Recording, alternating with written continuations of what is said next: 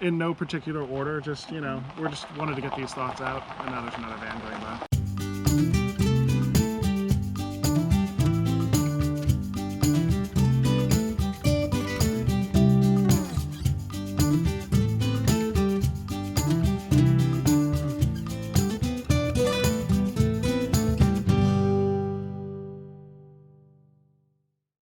Hi guys.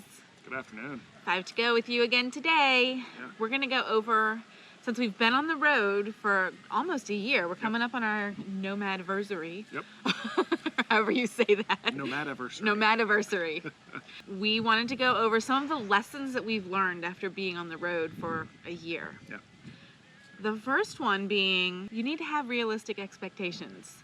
You might think that you're going on like this long-term vacation, but it's just not sustainable. No, this is full-time life. Full-time life. Not full-time vacation. Right, and we learned that a little later than we probably should have. We started out doing exciting adventures every single day. Yeah.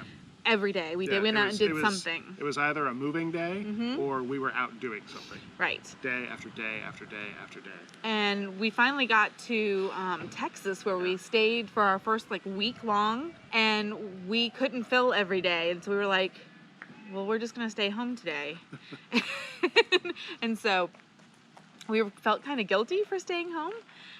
But after we did it for a couple of days, we were able to get schoolwork done. We were able to do laundry. We were able to kind of get everything done that you would maybe on the weekends or something. Do some cleaning, do some organizing. Just, Right. you know, you need to have down days. Right. We joke that we don't really know what day of the week it is or, you know, where we are or how long ago we were somewhere else. Right. It's because we don't have weekends and Right. weekdays. So when you don't have a kind of set revolving schedule, 40 hours a week off on the weekends or whatever your schedule is, you don't have those down days, those days that you're expecting to be able to catch up on things and do whatever you want. Because moving days for the most part are shot because you're spending it getting everything broken down, hooked up, moved, unhooked, set back up, and stuff at least gets cleaned on those days, because we don't move unless the rig is clean and everything is put in its place. So but that doesn't help with closets and storage, because things Right. get thrown in, and every once in a while you just need to just rip everything out,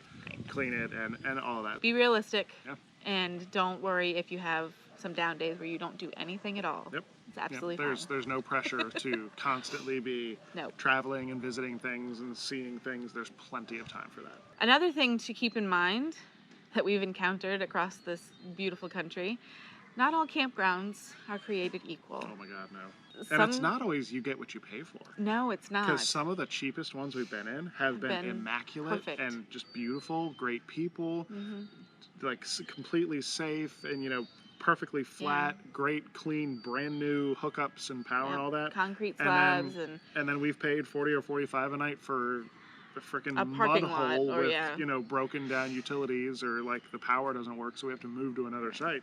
So it's not even like a value thing. It's just they're different. It depends on who's running the place, and a lot of it has to do with where the campgrounds are. The closer you get to tourist heavy areas or large cities, you're probably going to have more expensive campgrounds that may not be kept up as well. Just because they have a constant influx of people and they aren't able to get to the maintenance of things, or it's not a priority to them. Another thing, just so we can kind of get an idea of the campground, because a lot of times on their websites they'll show you the pictures they want you to see. We all know how this works. Oh yeah. So we'll pop onto Google Maps and do the satellite view of it, so you can kind of see what you're next to, how close you are to the road, where that train is, because there's always a train, or where the airport is, because there's always an airport. And so we can kind of get a layout of what it looks like and how packed in everything is and how tight the roads are. So that's an excellent tool to use when you are kind of planning and you're nowhere near that you could go drive by and check it out. And also when you look on Google Maps, there will usually be user photos of the campsites. And reviews. And those are perfect because they're showing you what their campsite looked like, and if they had any issues with anything, sometimes they'll show you a picture of the electronics box or the hookups box and those sorts of things. So use the internet when you can't see the campground before you go. Another thing that goes along with campgrounds kind of being all over the place in terms of quality is we've really learned to be flexible.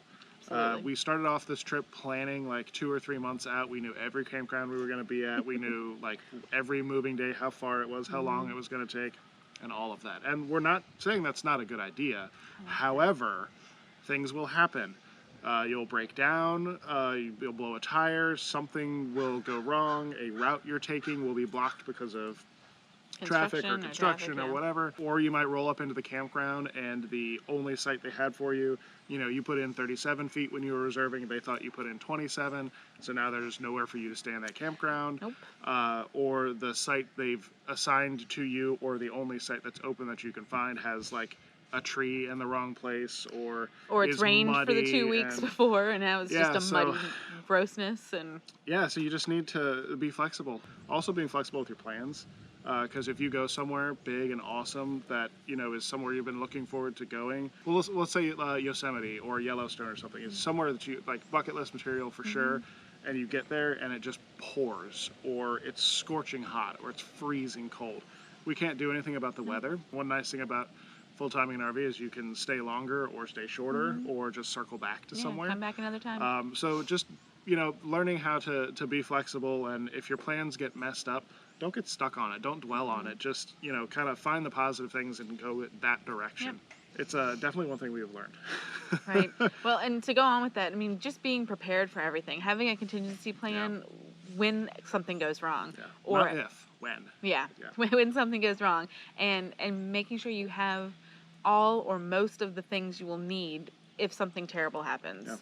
I am on the mindset of, if you are over prepared, then you are doing just fine, because you'll never be stuck somewhere. Because we've driven through a lot of places where there is no Walmart, and there's nowhere even to get gas sometimes, and so you just have to kind of know where you are, know your route, and have everything you need with you if something bad were to happen. Make sure you're able to change tires, both on truck and on trailer, or if you're in a motorhome. I mean, I'm looking at one right now, those are even bigger. So make sure you know how to change tires, make sure you have a spare, make sure you have air, make sure you have at least a traffic cone or a triangle or some way to warn people that you're on the side of the road. Right. Outside of catastrophic road things, make sure you have all of your hoses and backup hoses, and make sure you have your sewer fittings and everything's fine and not leaking.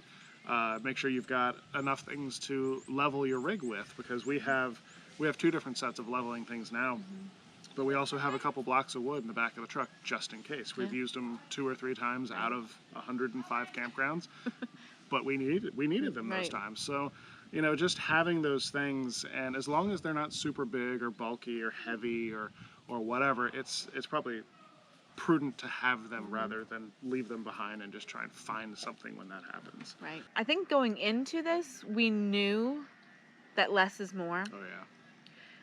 And we got rid of tons and tons of stuff. Brian was going to the dump and to Goodwill daily, multiple times a day. For like 3 weeks. Yeah, but we were getting our houses cleaned out. And we still downsize in the rig. I mean, we go to Goodwill at least once a month to get rid of clothes that are out of season, that aren't going to fit next season, things that we've had that we haven't even looked at in the last year. You're constantly going through, because there's not a lot of space. Living in a house that's cluttered is one thing.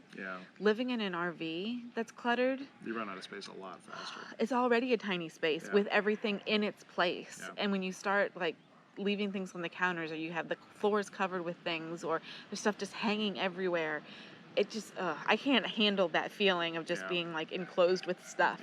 To go along with less is more, don't be afraid to get rid of things.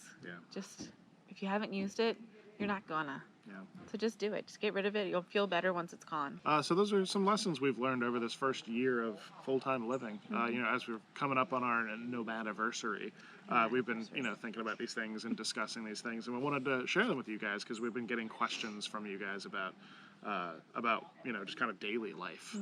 And we're going to try and do some more videos about just normal daily life, because we haven't been moving much here, but we've been busy with family and friends, and we don't want to be having the camera in their faces the whole time. So, but definitely when we get down to Florida, not only are we going to be, doing a lot of stuff with Disney and Universal, but also there are going to be down days. There are going to be days where we're just hanging out or, getting stuff done around the rig and all that. So we want to make sure that you guys can see what that's like too, because we do get a lot of questions about just normal everyday life because it's different.